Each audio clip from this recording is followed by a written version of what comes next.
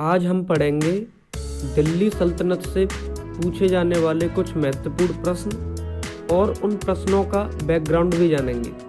तो आइए शुरू करते हैं। भारत में गुलाम वंश का संस्थापक कौन था? इसका सही जवाब है कुतुबुद्दीन ऐबक। 1206 ईस्वी में गौरी की मृत्यु के बाद कुतुबुद्दीन ऐबक, जो एक तुर्क गुलाम था, उसने भारत में गुलाम वंश की स्थापना की। कुतुबुद्दीन ऐबक की मृत्यु किस वर्ष हुई? इसका सही जवाब है 1210 ईस्वी में।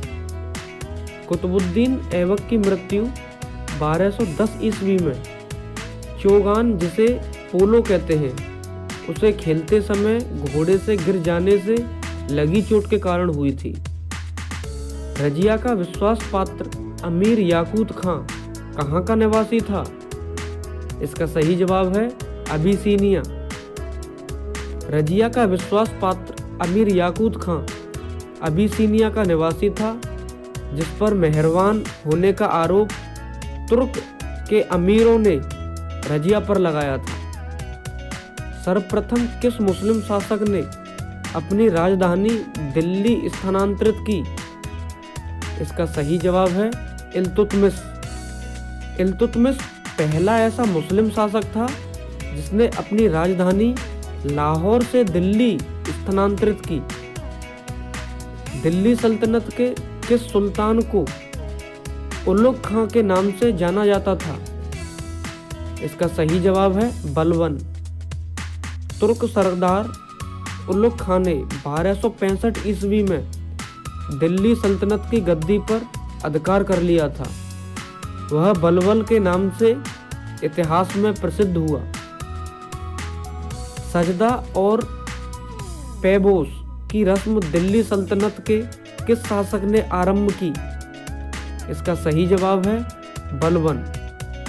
अमीरों पर नियंत्रण के लिए बलबन ने सजदा और पैबोस रस्म की शुरुआत की, जिसमें सजदा राजा को दंडवत प्रणाम करना और पैबोस राजा के कदम चूमना था।